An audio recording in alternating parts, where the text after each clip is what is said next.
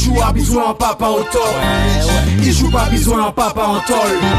Il joue à bisous en papa non-stop. On wall moins les mots on néglige wall ou les passer pour nous mais l'esprit tipolo mon tête tout toujours pas repayer tout n'importe station pendant il joue qu'à attendre nous pour partager émotion.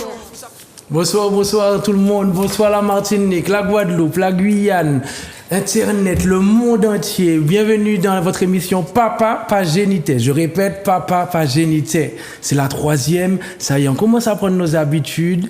Jonathan, ça vous fait? Voilà, tranquille. Tranquillement. Café aller et ou même. Ouais, mon frère nous doit à Kabat. Tout dans dehors. Tout dans moi dehors. Moi essayer c'est rayon mais bon. Il y a des caméras partout, Et ben en tout cas, c'est un plaisir pour nous de vous recevoir aujourd'hui. Nous avons des invités que je vais bientôt vous présenter. Alors une petite dédicace quand même, je profite pour ce t-shirt. Ne regardez pas le ventre, regardez juste le t-shirt. Des créations, messieurs, nous avons des créatrices qui s'attellent à la tâche, qui pour nous, au lieu d'acheter des choses à 200 €, on a des petits trucs tranquilles qui ressemblent à notre identité. Donc, si je le porte bien, vous pouvez le porter aussi. Merci, en tout cas, c'est une belle dédicace. C'est par nous-mêmes, pour nous-mêmes. Bienvenue dans votre émission 100% parentalité. Famille, couple, hors couple, enfants, ça nous concerne tous. On est prêt? On peut présenter les invités? Nous pouvons aller. Je vais être galant. Il y a deux femmes. Je vais commencer par Rinka. Bonsoir, monsieur. Bonsoir, madame. Songez ça vous fait là. Comment vas-tu? Toujours bien, toujours. Un plaisir. Déjà, on est là, content d'être là pour l'émission. Et puis tout va bien, tu connais. Présente-toi quelques minutes. Alors, Inka, papa de 2 enfants, une petite fille, un petit bonhomme. Du coup, j'ai la paire, le choix du roi, donc je n'ai pas besoin de faire d'autres, sauf si quelqu'un en a décidé autrement. Et beaucoup de poker. Beaucoup de poker. Super. Bonsoir, madame. Bonsoir. Alors, nous avons madame Liena Falori. Oui, surnommée Foxy. Bienvenue sur Insta. C'est ça. Foxy Family 972 sur Instagram. Peux-tu te présenter, s'il te plaît? Oui, bien sûr. En fait, je m'appelle Laurie Lienafa. Je suis maman de 2 merveilleux enfants, Alan et Anaïs. Je suis également coach parental et j'accompagne les parents dans leurs problématiques relationnelles avec leurs enfants. D'accord. Bienvenue, madame. Merci. Madame la présidente de l'association Papa pas génitaire, madame Jourdain Cathy. Bonsoir, monsieur, quel bon. Bienvenue, madame. Merci. Si ça fait bizarre, politesse, monsieur, madame. Comment vas-tu, Cathy? Ça va très bien. C'est ta 2e? Ouais. C'était là pour la première? Tranquillement. Oui. Jamais sans. Ça va, tu connais déjà maintenant? Tu as tes repères? On attend juste la sauce. Ok, sans problème. Monsieur Jonathan Rosine, mon acolyte, mon collègue, la tour de contrôle. Celui qui réfléchit plus que tout le monde. Carrément. Tout le monde. Ça en fait, on nous fait discuter 30 secondes là entre nous-mêmes. Ça va tranquillement, ça se passe. Avant de débuter, avant de discuter tout ça, une dédicace pour Hugues, Rosine et également monsieur Brice Edmond. Un grand qui était là la semaine dernière. Voilà, la semaine dernière. Hier soir, pour ceux qui ont regardé également l'émission, non, lundi soir du moins, pour ceux qui ont regardé l'émission. C'est également, il me semble, en direct sur Facebook, donc bonsoir. Sur YouTube aussi. Sur YouTube aussi, donc bon, direct. Non, c'est direct sur YouTube. Voilà, direct. Donc direct pour les amis de Facebook. Donc voilà, si vous avez des questions à poser, pas hésiter, nous qu'à garder, nous qu'à lire. Si vous voulez interchanger avec nous, discuter, pas ni problème. On est ensemble. Donc voilà, maintenant on commence l'interaction, on commence. Voilà. On est chez nous. Voilà. On est chez nous, vous êtes chez vous. Profitez, appelez la famille, appelez les voisins. C'est le moment, c'est maintenant. On quitte les télénovelas. Là, c'est pas Papa génité. Tranquillement. Eh bien, nous allons parler, mes amis, de tout simplement les relations hommes-femmes. Alors, je dis tout simplement, je mets des guillemets, parce qu'apparemment, en 2022, c'est toujours, ça paraît un peu compliqué. Vous allez me confirmer. J'ai un panel de questions pour vous. J'en attends aussi, d'ailleurs. Si je dois commencer par une première question, on m'a dit pourquoi tant d'incompréhension entre hommes et femmes. Est-ce que je vais être galant, je vais commencer par Cathy Jourdain. J'adore faire ça sur le plateau. Pourquoi ton incompréhension? Entre hommes et femmes. Parce qu'on ne s'écoute pas, déjà. La première chose. Les hommes et les femmes, ils ne s'écoutent pas. On veut toujours avoir raison. Je ne sais pas, je vais me répéter, mais pour moi, c'est ça la première chose. Ne pas écouter l'autre, en fait. Ne pas faire attention à ce que dit l'autre ou aux attentes de l'autre. Ne pas faire de concessions. D'accord. Alors, est-ce que je t'appelle Foxy ou Madame Lienafa? Tu peux m'appeler Foxy. Madame Yenafa, j'entends ça trop souvent. Bon, mais Foxy, allons-y. Quel est ton avis, Foxy? Alors, est-ce que selon toi, il y a beaucoup d'incompréhension entre les hommes et les femmes en 2022? Alors, effectivement, aujourd'hui, il me semble que le sujet, c'est les relations hommes-femmes dans le couple. Oui. Déjà, j'aimerais pouvoir élargir un petit peu les choses. Effectivement, quand on parle de couple aujourd'hui, on est sur un plan beaucoup plus large, beaucoup moins obtus, conscrit. Et aujourd'hui, un couple peut être homme-femme, peut être femme-femme, peut être homme-homme. Et c'est vrai que je rejoins Cathy sur le fait que la communication, c'est quelque chose de primordial, et ce, quel que soit le couple, quelle que soit l'union qui a été faite. Et voilà, pour moi, la communication, c'est vraiment quelque chose de primordial. Savoir s'écouter, savoir se dire, c'est ce qui est vraiment très important. Et je crois que c'est depuis la plus tendre enfance qu'il faut qu'on apprenne à le faire. Ok. Inka? Ben, moi, ma réponse ne sera pas trop éloignée. C'est juste que je vais ajouter que se parler, s'entendre, c'est bien, mais en fait, il faut écouter pour comprendre ce que l'autre dit. Parce qu'il y en a beaucoup qui te disent, ouais, on a communiqué parce qu'on a parlé, j'ai dit ce que j'avais à dire, elle a dit ce qu'elle avait à dire. Mais pour moi, communiquer, c'est d'abord comprendre ce que l'autre veut te faire comprendre. Okay. Donc, il y en a beaucoup qui écoutent pour répondre au lieu d'écouter pour comprendre. Donc, il ne suffit pas de communiquer, il suffit de se communiquer et se comprendre. C'est ça. Parce que la discussion en elle-même, ça peut ne pas aboutir à ce qu'on cherche. Des fois, dans la communication, il peut aussi avoir un problème, c'est comment dire les choses. Surtout quand il y a des choses qui peuvent gêner. Et comment dire ces choses-là, comment dire, bon, je sais pas moi, il y a quelque chose que tu fais qui me dérange. Mm-hmm. Des fois, on parle de communication, mais il n'y a pas forcément une fluidité de ce côté-là. Selon toi, il y a une notice? Quoi? Selon toi, il y a une notice? Non, mais il n'y a pas de notice. Nos invités vont répondre. Après, nous sommes là pour trouver des pistes de réflexion, donc voilà. Après, c'est vrai, moi, je pense que il ne faut pas avoir peur des mots. Donc, s'il y a un truc qui te dérange, tu le dis franchement. Et si ta moitié, elle est dans la compréhension plutôt que dans la réponse, ben, va chercher à comprendre ce que tu essaies de lui dire. Ouais, mais c'est pas tout le monde. Des fois, tu peux dire certaines choses. Il y a l'ego, il y a qu'on appelle ça encore. Quand la personne est susceptible, la susceptibilité aussi. Ouais. C'est particulier tout ça. Hein? Ouais, mais après, il faut jongler avec tout ça. Bon, après, la personne que tu as choisie, tu sais à peu près comment elle est, tu sais si elle est susceptible ou pas. Donc, tu vas essayer de formuler à ta façon. Mais si tu sais que tu ne peux pas ne pas la blesser, tu la préviens en amont. Tu dis, bon, je ne sais pas comment te le dire, mais il y a ça. C'est chaud, hein? C'est chaud, là. C'est jamais non, mais c'est bien, on reconnaît les gens qui sont radio. Et oui, je rappelle quand même, je profite pour rappeler qu'il y a une PPJ en télé et en radio aussi. Donc, une petite dédicace à monsieur Lévy, Joe. Le mercredi 20h, même rendez-vous, mais cette fois-ci, on est moins visible, mais on est toujours présent. Je profite, c'était le petit moment pub. Ouais. Alors.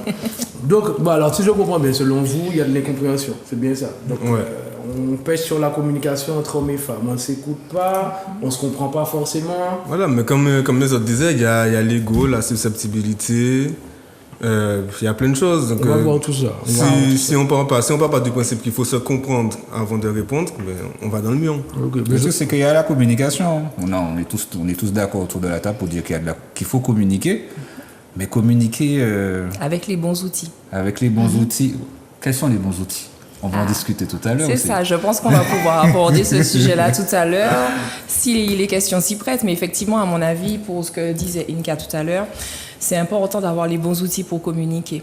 Communiquer, c'est pas simplement cracher ce qu'on a à dire, c'est pas simplement cracher ce qu'on a au fond de soi, c'est surtout faire passer un message sur ce qu'on ressent, sur ce dont on est responsable. Et c'est, à mon avis, ce qui compte. Il y a une manière de dire les choses. Ouais, exactement. Et des fois, c'est là qu'on pêche. Mais il faut apprendre à temporiser aussi. Je sais pas, tu parles à quelqu'un, mets-toi à la place de la personne qui est en face de toi. Ah, des fois, on peut prendre des pincettes. Justement, est-ce que des fois, on peut prendre beaucoup de pincettes. Se mettre à la place de quelqu'un, est-ce que c'est facile? Des fois, on peut prendre beaucoup de pincettes, mais ça peut vite déraper. Hein. Moi, j'aime bien ces débats. J'aime ça. Ouais, mais justement... excuse-moi. De toute façon, même si dans sa tête, tu te dis il faut se mettre à la place de l'autre, mais tu peux jamais vraiment être à la place de l'autre. Tu vas essayer de prendre des pincettes et tout, mais tu peux pas savoir comment l'autre va réagir à ce que tu dis. Ça dépend aussi comment la personne va se réveiller le matin aussi. Il y a l'instant T, l'instant, voilà, sur le moment. Oui, parce que clairement, quand on vient me dire un truc le matin avant 9h, je t'entends, je t'écoute pas. Mais même le soir, tu vas arriver, la journée, c'est pas passé comme convenu, comme tu le souhaitais. le patron peut-être t'a dit certaines choses, un client, etc., ou bien un élève, voilà.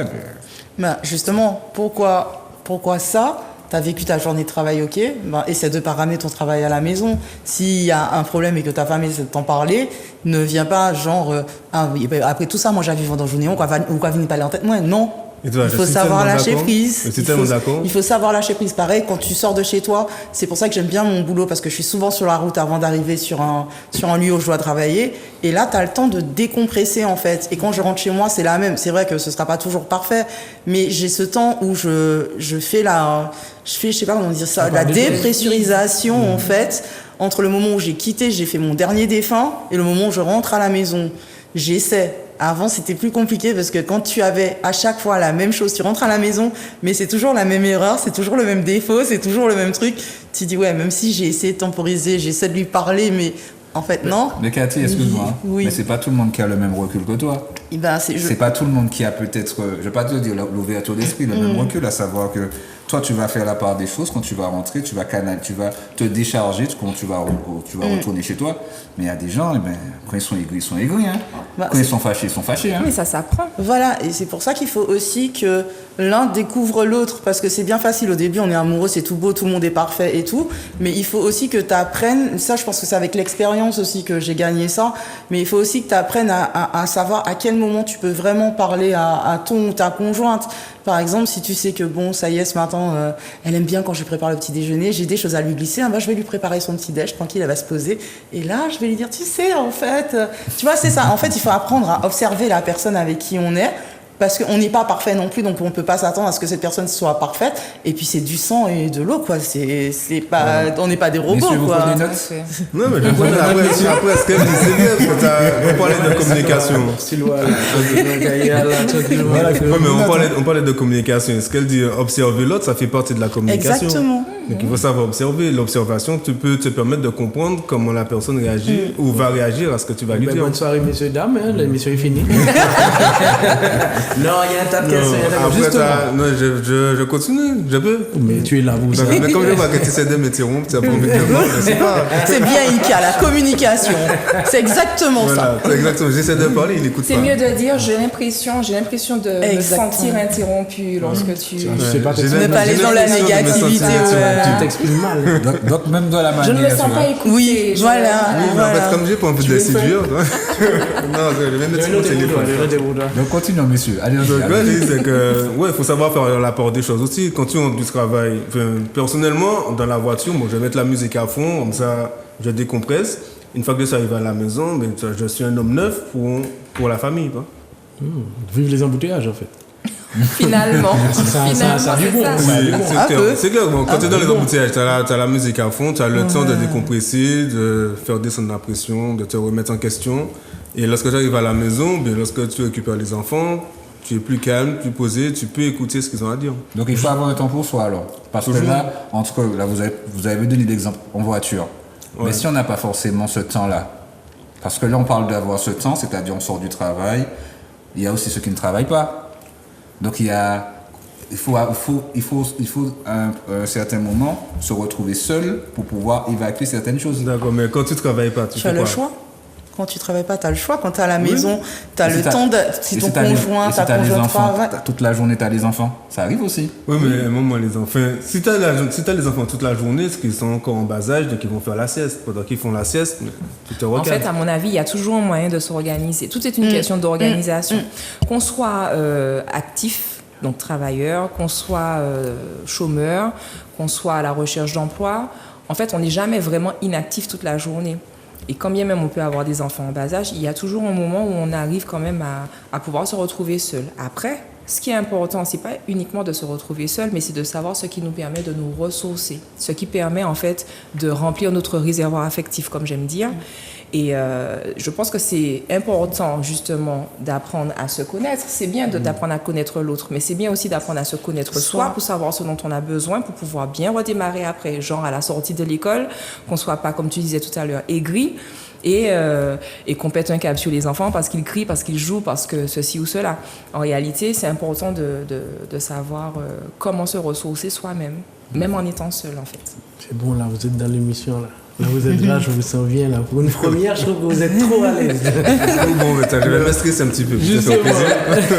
Jonathan, justement, est-ce que tu peux nous donner quelques échos? Alors, j'explique ce que l'on appelle les échos, c'est qu'on discute avec des gens hors émission et justement on récupère un peu les phrases qui nous ont le plus marqué ou qui ont été le plus répétées. Et concernant le relationnel homme-femme, on a quelques échos. Donc, je vais en lire certains. Donc, les hommes sont immatures, elles se plaignent des hommes mais agissent comme eux. Vous en pensez quoi? Alors, deux choses. Les hommes sont immatures. Non, c'est deux phrases différentes. Les hommes sont immatures. Et il y a aussi une autre phrase qui dit elles se plaignent des hommes mais agissent comme eux. Alors, la femme qui a dit que les hommes étaient immatures, elle est immature. J'espère qu'elle regarde l'émission, en fait. Parce que Explique-nous ce point de vue. Non, tu ne peux... Il y a aucune perfection, que ce soit chez les hommes ou chez les femmes. On va avoir du bon chez l'un et du bon chez l'autre. Si tu as fait des enfants, même si tu es séparé avec une personne, tu ne lui parles plus du tout, tu as fait des enfants avec, tu as vécu avec, il y a eu du bon. Quelle que soit la relation que tu auras eue, amitié, amour, famille ou ce que tu veux, même si cette personne n'est plus dans ta vie, il y a eu du bon dans cette relation. Donc on ne peut pas parler d'immaturité. Maintenant, cette personne ne te convient pas. Ou elle ne te convient plus. On ne te correspond pas. Exactement. Mais non, je ne peux pas.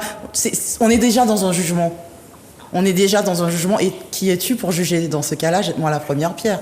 Jette la première pierre à tous les hommes et passe ta vie sans homme à ce moment-là. Mais tu verras que tu vas être avec quelqu'un du même sexe, tu vas retrouver les mêmes défauts que tu reproches aux hommes. Donc, pour moi, non. Bon, après, en ce qui concerne l'immaturité, on m'a souvent dit que j'étais immature parce que j'ai gardé mon âme d'enfant, en fait. Donc, la personne en face, comme elle a peut-être grandi trop vite ou pris trop de responsabilités sur son dos ou de responsabilités qui ne devaient pas être les siennes. Donc, du coup, comme elle me sent plus léger, elle se dit, bah, mais il est immature, il joue, c'est un gamin. Non, c'est juste que je sais faire la part des choses et que mon âme d'enfant est toujours là. Et tu as le droit de garder ton âme d'enfant. Mais c'est super bien de garder son âme d'enfant. C'est bon pour les enfants. C'est bon pour toi aussi. Pas que pour les enfants. Ouais, c'est primordial, à mon avis. C'est primordial de garder. Tout à fait.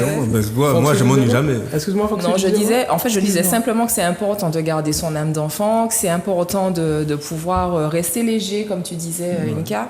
Pourquoi? Parce que en fait, ça permet aussi de ne pas forcément rentrer dans une espèce de mécanisme, comme on disait avant, métro, boulot, dodo. Ici, ça fonctionne pas, mais en tout cas, c'est quand on grandit et qu'on pense que devenir adulte, c'est être ennuyeux ou ennuyant, ben, c'est ce qu'on devient au final. Donc en réalité, je suis tout à fait d'accord. Moi, je joue avec mes enfants, je danse sous la pluie, je marche dans les flaques, je fais toutes ces petites choses-là. Je suis pas folle alors, c'est bon, ça va. J'en ai une de 19 ans, mais je suis pas folle. Mais ça va. Je pareil. En parlant de l'âme d'enfant, est-ce que c'est pas suivre, reproduire un certain schéma, c'est-à-dire à savoir être adulte, être sérieux, le visage figé. C'est ça. Voilà. Ben, c'est un petit peu ça. J'ai envie de dire que c'est un petit peu la stigmatisation qu'on nous a montrée à la télé. Hein. Moi, je me souviens quand j'étais jeune, je le suis toujours. Quand j'étais plus jeune et que je voyais la télé, effectivement, quand on voyait les adultes, c'était comme tu disais, ce que tu décris, c'est exactement ça, des gens qui vont au boulot, qui rentrent chez eux, qui font à manger, qui s'occupent des enfants, qui s'amusent pas en fait, qui n'ont pas forcément de délire, qui n'ont pas forcément de divertissement, de joie de vivre. Quand il s'agissait de s'occuper des enfants, c'était machette, pitchette, enfin voilà, c'est marche ou crève, quoi. C'était. Mais il y a aussi la reproduction, il y a aussi le schéma familial. Le schéma familial. C'est ça qui s'est reproduit pendant plusieurs générations. Et aujourd'hui, je crois qu'il y a quelque chose qui est en train de se casser par rapport aux schémas familiaux d'avant, par rapport aux mémoires familiales aussi. Il y a beaucoup de personnes qui essaient de casser les schémas familiaux qu'ils ont eu à vivre. Et je veux pousser personne et moi je trouve que c'est pas forcément une mauvaise chose que de casser les choses habituelles. Justement, est-ce que vous pensez que les hommes et les femmes ont les mêmes attentes? Ben, en fait, j'ai dit une bêtise, mais si on avait les mêmes attentes, si les femmes avaient les mêmes attentes que moi, ben, est-ce que toutes lesbiennes? Explique-nous. Là, il y a eu un silence. Non, parce qu'on essaie de comprendre. Moi, j'ai pas compris. Voilà, explique-nous. Moi, c'était une bêtise. Mais je me dis, si moi, mes attentes, c'est de trouver une meuf, toi. Une femme. Pourquoi tu fais ça? Pourquoi tu fais ça? Bien comme tu es. Donc voilà, si la femme à côté, elle a les mêmes attentes que moi, elle va attendre une meuf aussi. Ouais. Une femme, excuse-moi. Mais peut-être que tu sens-là. n'attends pas seulement une femme, peut-être que tu attends quelque chose venant d'une femme. Oui. Mais Parce du que coup, là, c'est pas n'importe quelle femme qui va se présenter à toi que tu vas apprendre non plus. ben, heureusement, je suis pas un mec facile, moi. Ah Eh bien, j'ai un doute. Laissez-moi matcher ça. Non, mais en fait, est-ce qu'on justement sur ce point-là, est-ce qu'on peut parler de hommes et de femmes? Est-ce qu'ils ont les mêmes attentes? Je sais pas, mais est-ce que l'être humain, les divers, c'est parce qu'on peut plus parler comme ça en fait, parce que je peux être une femme et Jo, t'es un homme, et en fait, on peut avoir totalement les mêmes ambitions sur tous les points, mais c'est pas pour autant que tu restes pas un homme et moi une femme en fait. Genre, on s'est rencontrés, on se dit bon, ok, d'accord, là on se met ensemble. Dans 2 ans, on a fait ci. Moi, je veux devenir légiste, par exemple. Toi, tu veux devenir boss de mécanique. Et voilà, on a quand même les mêmes attentes. C'est juste pas les mêmes mots, les mêmes définitions sur. C'est pas forcément voilà, les mais- mêmes défis. Les hommes et les femmes n'ont pas forcément les mêmes défis. Est-ce qu'on a la même vision de la vie, C'est justement? l'être humain, La vie en de fait. Tu peux tomber sur une femme qui aura exactement les mêmes, comme tu dis, les mêmes défis que toi. Son but dans la vie, c'est exactement tout ce que tu fais. Elle fait la même chose. Mais est-ce que selon vous, un homme et une femme ont la même vision du couple par rapport Voilà, à en fait, votre c'est ce que tu environnement? disais. Voilà. La vision dont tu parlais, c'était la vision du couple. Les Oui, mêmes voilà, attentes c'est ça, dans ouais. le couple. Voilà, préciser, ça parle Mais- loin. Non, j'ai venu Ça après. part loin, ouais, ça part Après, loin. je pense que c'est possible qu'un homme et une femme aient les mêmes visions du couple. La bah même oui. vision du couple, c'est possible. Mais c'est peut-être pas obligatoire pour qu'ils puissent être compatibles. Non, c'est pas obligatoire. On peut être compatible avec quelqu'un qui voit pas le couple de la même façon, mais il y aura un échange, il y aura une compréhension et on pourra avancer ensemble. Mais on peut tout aussi tomber sur quelqu'un qui a exactement la même vision du couple que nous, mais ça fonctionne pas. Effectivement. Ou c'est que dans la parole, en fait, qu'on a la même vision du couple. Et en fait, quand on essaie, c'est pas du tout la même vision. En fait, c'était que de la fumée. Mais après, mon point de vue, c'est que pour que ça colle, faut qu'on ait quand même la même vision, parce que faut qu'on veuille aller au même endroit. Sinon, ça sert à quoi, en fait? Les objectifs, ils sont pas les mêmes. On n'a pas de point commun.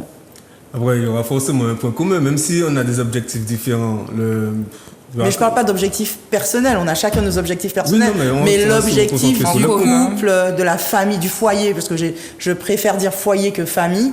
Foyer, pour moi, c'est ce qu'on a construit tous les deux, et normalement, on devrait avoir la même vision pour aller dans le même sens. En tout cas, Parce c'est une qu'on base. peut aller sur le même chemin, mais dans des sens différents. C'est vrai, ça. Donc, si on n'a pas la même vision, à quoi ça sert? Parce qu'à un moment ou un autre, ça va casser. Ça reste mon point de vue, mais ça va casser parce qu'on n'a pas le même objectif de vie, en fait. Alors là où je suis d'accord avec toi et je rebondis tout de suite du coup, c'est que effectivement à mon avis, pour qu'un couple puisse aller sur la durée, il faut effectivement qu'il y ait quelque chose en commun. Il faut qu'il y ait une vision commune, il faut qu'on ait un sens, le même sens en tout cas. Et effectivement, je crois que quand une amitié se lie, quand une relation se noue entre 2 personnes, il peut y avoir, ça peut être que physique, ça peut être que intellectuel, ça peut être parce qu'on a une passion en commun. Mais après, effectivement, pour ce qui est de la construction de la famille, la construction du foyer, c'est important qu'on ait une vision d'ensemble, une vision commune pour pouvoir construire quelque chose de fort. Et c'est pour ça que maintenant, je dis qu'il faudrait un test de compatibilité. Pas seulement qu'on se plaise, mais il faut vraiment un test où on se C'est un dit... speed dating, c'est quoi? C'est ça que j'allais te Pour moi, dire. mais pour moi, à la limite, Pourquoi pas? surtout notre génération, mais Sur c'est une, dossier. c'est une perte de temps. C'est une perte de temps. Tu vas donner 2 ans, 3 ans à une relation. Et en fait, si tu avais parlé de certaines choses qui pour toi sont primordiales, mais sur le coup, on est tellement amoureux que voilà, ça va s'arranger, tu perds 2-3 ans et Voilà, chacun, donc, je parle. Hein. C'est un investissement à perte. Désolée, j'ai mon nez qui coule là. Il n'y a pas de Pardon. problème, des pas dire. Il n'y a pas de problème. Justement, Jonathan, est-ce que tu as d'autres échos par rapport pour voir si justement si les attentes. On va continuer avec les femmes.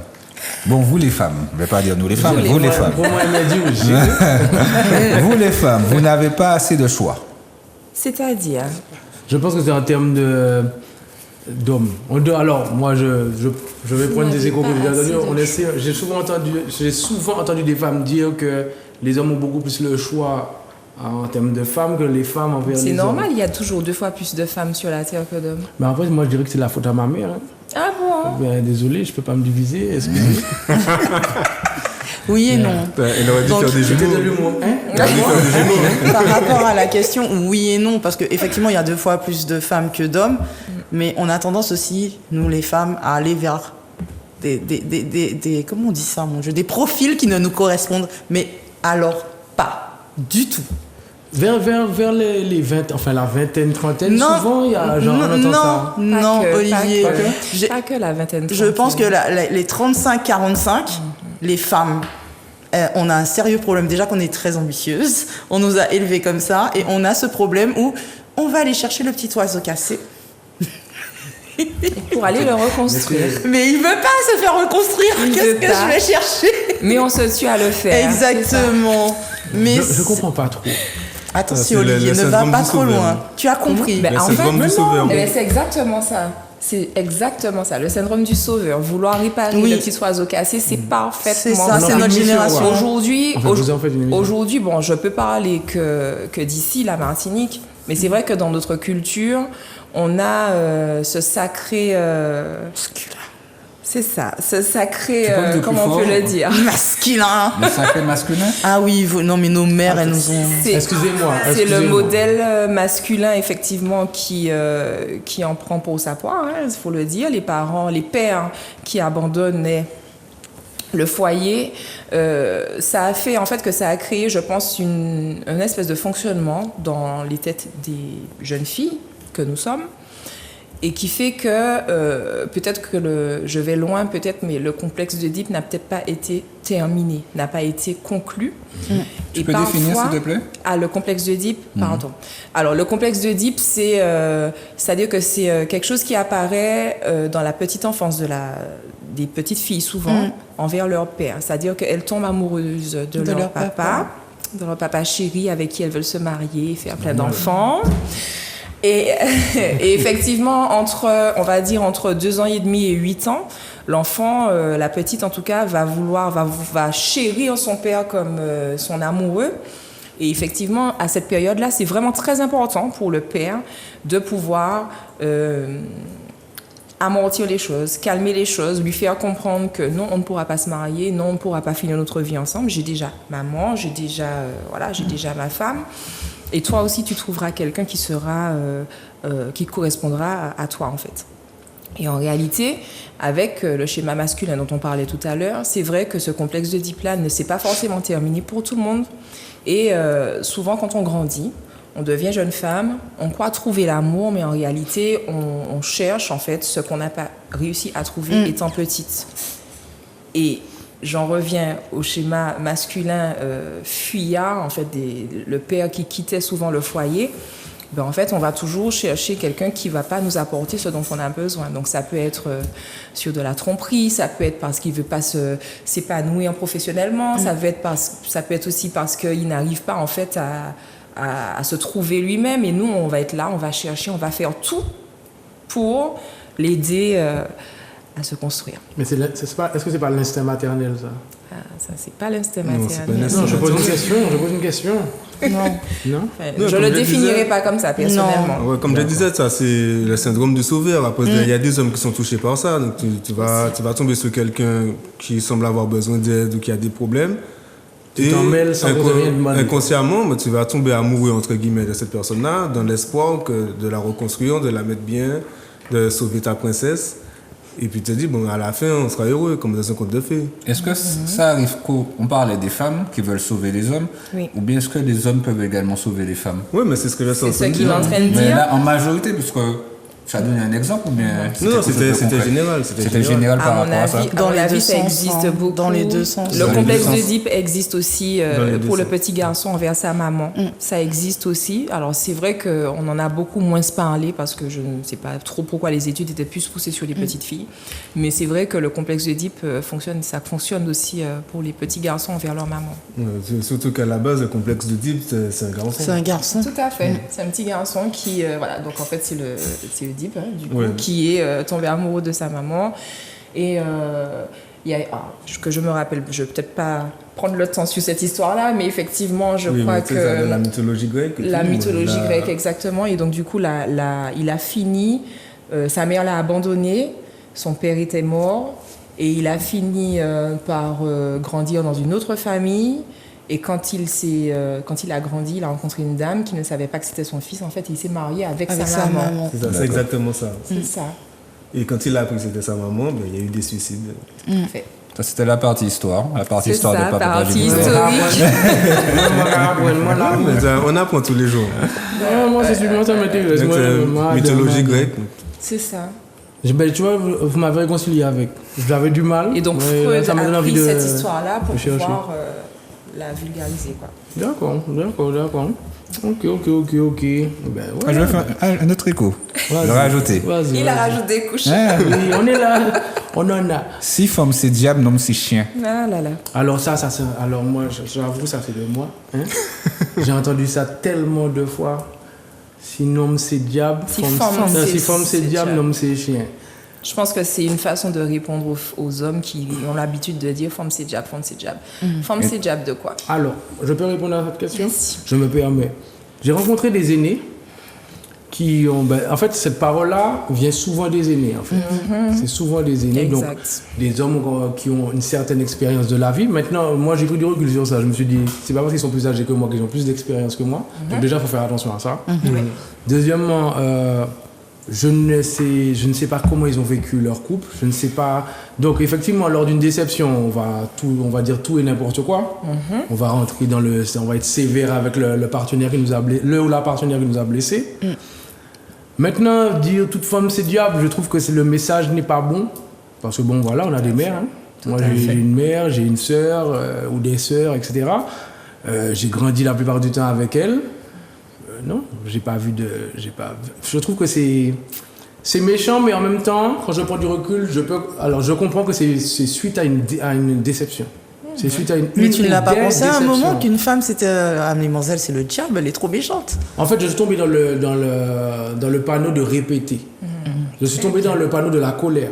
Sur la colère, tu vas dire, voilà, pour te sentir fort, mais en fait, quand tu prends du recul, tu te sens stupide de le dire, vu que le soir, je vais manger avec ma mère, tu vois. Ah, il dit ça.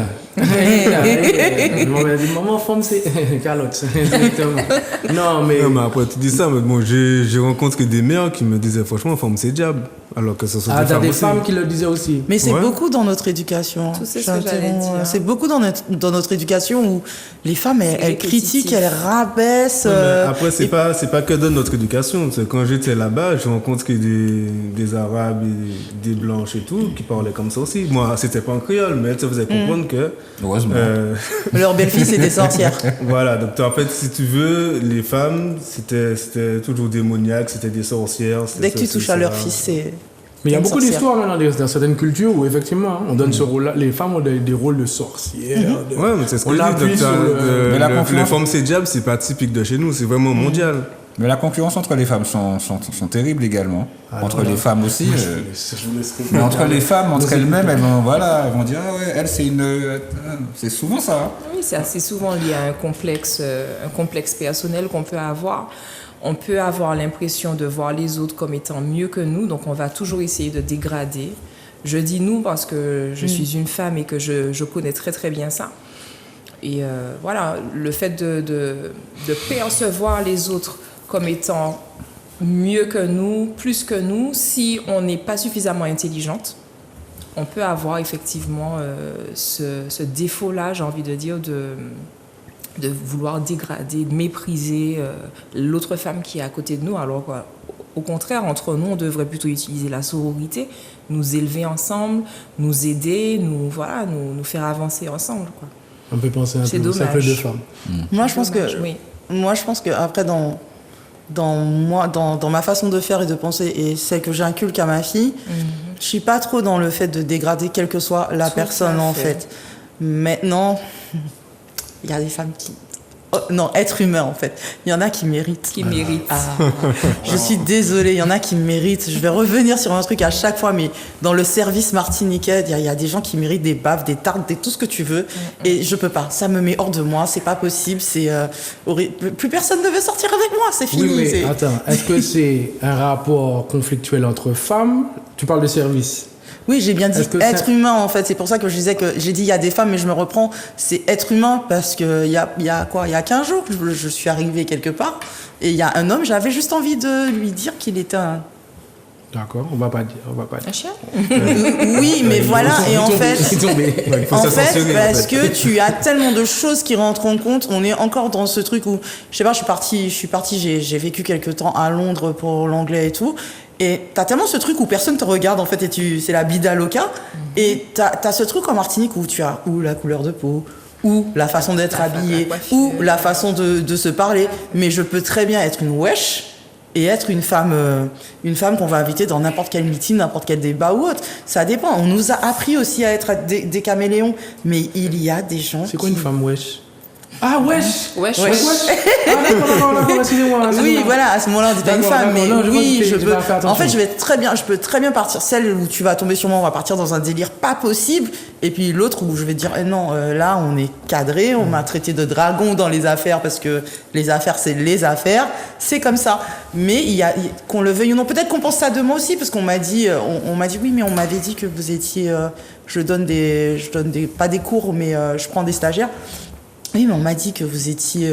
comment on dit radical, ça? Pas radical, il y a un terme... Non, pas méchante. Autorité. Vindicative. Vindicative.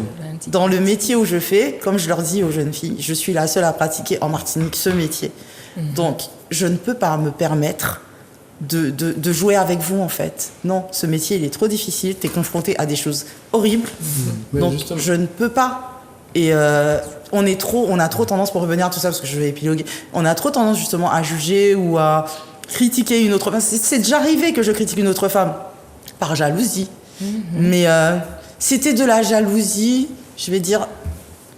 C'était de la vraie... En fait, c'était pas de la vraie jalousie, c'est que la personne qui a suscité cette jalousie, ne se rendait pas compte, en fait. C'est comme si tu fréquentes quelqu'un, la personne, elle est manipulée par une autre personne, mais tu sais très bien qu'il n'y a rien entre ces deux personnes. Mais juste le comportement... Ça fait que, voilà, tu dis... Attendez, alors... Ouais, mais que ce soit en amitié ou en amour, hein, c'est... On sent le divorce. Justement, messieurs, je vais vous demander votre avis. Il y a de la compétition entre les hommes? Ah oui, bien sûr. Oui. Ah bah tiens. Attendez, mesdames, attendez. Mais bien sûr que oui. Chacun son tour. En fait, je veux voir s'il y a une différence dans le discours. Alors, je ne sais pas s'il y a une différence, mais pour moi, oui, il y a de la compétition entre les hommes. S'il n'y a pas de compétition, il n'y a pas d'évolution. Donne-moi un peu d'exemple. En fait, donne-nous un exemple. Qu'est-ce que tu es confronté à d'autres gars dans ton quotidien?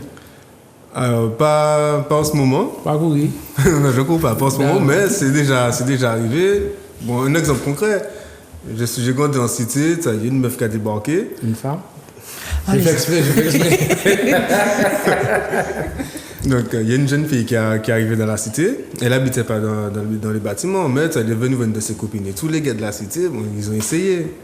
Du coup, par esprit de compétition, je me suis dit, il faut que j'essaye aussi. C'est autre chose, ça. Mais c'est ça, ça reste dans la compétition. Non, quand je dis ça, non, tu parles là... Il y a une femme qui arrive, là, tout le monde est agité.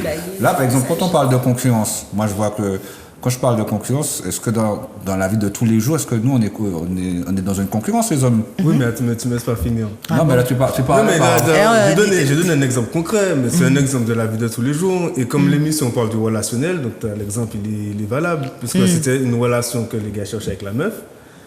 Et si tu veux, toute la cité était en compétition pour savoir qui aurait pu avoir une relation avec elle. Et tu l'as eu? Non. Oui, je l'ai eu.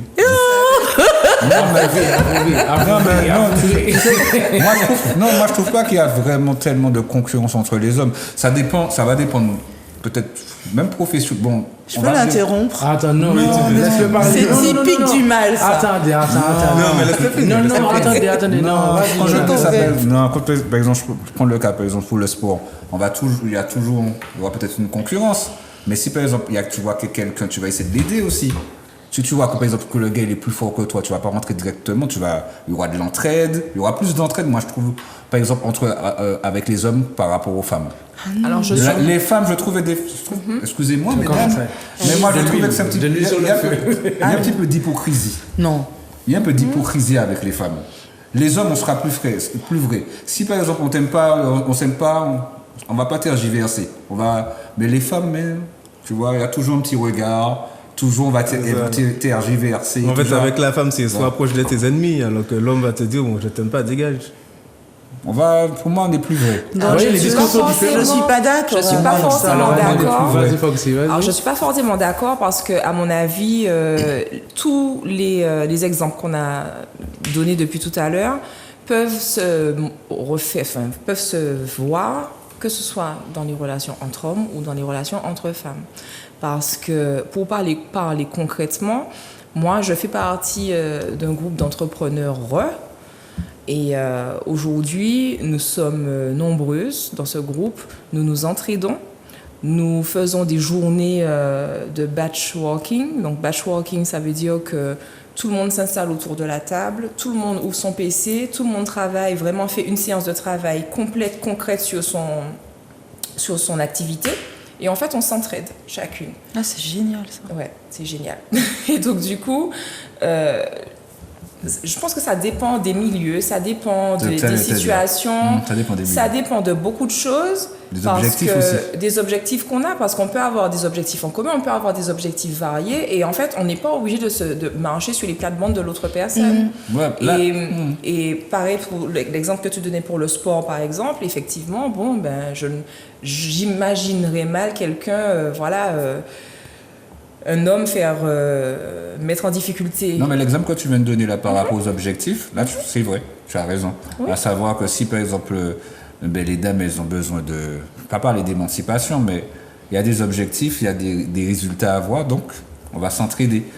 Peut-être que ça dépend aussi de la maturité aussi de et ça, certaines personnes. j'encourage vraiment les femmes aujourd'hui, parce que, étant donné qu'on parle d'un sujet quand même assez piquant, j'encourage vraiment les femmes aujourd'hui à s'entraider, à s'encourager les unes les autres, parce qu'en réalité, si on reste dans les mêmes idéaux, à se dire eh ben, tiens, je suis jalouse ou je suis hypocrite parce que je lui souris mais en fait je l'aime pas, ça ne sert à rien.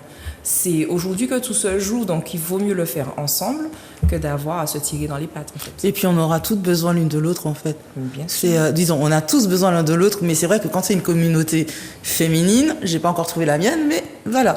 C'est quelque chose de... Oui, t'as le côté maman poule et tout ce que tu veux, mais t'as ce truc aussi où...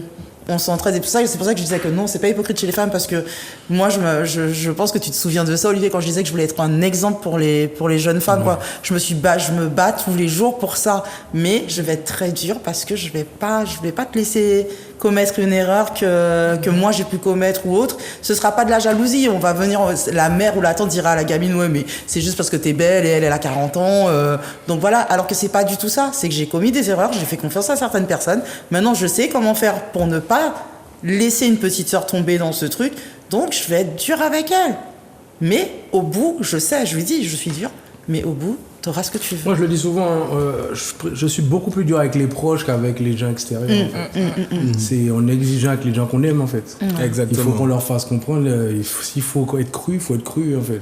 Maintenant, dans les relations, je veux revenir un petit peu sur le couple. Oui. Non, mais on est dedans parce qu'en fait, on dit couple, sincèrement, mais il y a l'avant-couple. Ouais. Si on ne se comprend pas, c'est peut-être pour ça que, parce qu'en fait, le constat, il est présent. Alors, je n'ai pas de pourcentage à vous donner, mais il y a beaucoup de couples en Martinique, par exemple, mais il y en a beaucoup qui se séparent. Il y a des foyers monoparentaux, je ne vais pas revenir sur les détails, mais il y a toujours ce petit côté, il y a quelque chose, ça commence bien et ça finit mal. Malheureusement, ça se fait de plus en plus souvent. La société, comment vous percevez la société? Est-ce que vous estimez que dans la société, dans votre quotidien, vous sentez qu'il y a un travail qui est fait sur le relationnel homme-femme? Est-ce que on nous apprend à nous aimer de plus en plus ou il faut venir qu'à papa par ingénité? Ne vous gênez pas. mais Olivier, pour ajouter également ce que tu viens de dire, on parlait des objectifs, on parlait par rapport aux femmes qui souhaitent faire des choses. D'abord, il faudrait que les femmes puissent se sentir bien d'abord, je dirais, En elles-mêmes et vice-versa aussi pour les hommes. Si par exemple, ils ont un problème avec leur manière de penser, tout ce qui est objectif, c'est bien ça, avec tout ce qui est objectif et tout, eh ben, ils ont un problème de se mettre avec un homme parce qu'il y aura une frustration par rapport à ça. Ils vont se dire, ah, je n'ai pas pu faire ci, je n'ai pas pu faire ça. Mais quand elles vont atteindre leurs objectifs, eh ben, elles vont se sentir bien aussi. Vice-versa également pour les hommes. C'est-à-dire que l'épanouissement il doit en fait, L'épanouissement- plus je grandis, l'épanouissement- plus je comprends que c'est l'épanouissement personnel Tu dois passer. qui prend qui doit être prévaut. prioritaire. Oui, Parce qu'à partir de ce moment-là, et c'est là que j'en reviens à cet avant-couple. Ouais. Si on ne se connaît pas, si on ne se maîtrise, on ne se respecte pas mieux, ou si on ne s'apprend pas correctement, C'est exactement on anticipe, on va dans des couples, mais finalement dans le couple on apprend sur le tas. Sur le tas, ça dépend des caractères de chacun, du degré de maturité de chacun, ou d'immaturité de chacun. Et finalement, ben, ça donne des ruptures. Ce que tu dis là, ça me parle énormément parce que, en fait, pour ce qui est du coaching relationnel, il y a un exemple que je prends souvent, et d'ailleurs qui m'a été donné par ma coach personnelle, que je salue. C'est-à-dire que... Tu es coach et tu as une coach. Oui, Ah non, mais c'est bon à savoir. Hein, parce que les on sait coachs pas- se font coacher. Ok. Ils ont besoin de ça aussi. C'est comme les travail à la médecins chaîne. qui vont consulter aussi. Ok.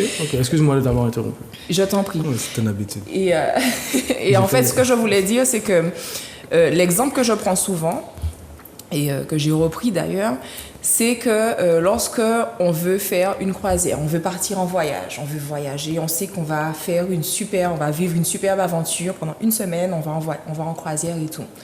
En fait, avant de partir, avant de monter sur le bateau, on va choisir le voyage, on va voir si le prix nous convient, on va voir si les destinations nous conviennent, si le parcours va nous convenir.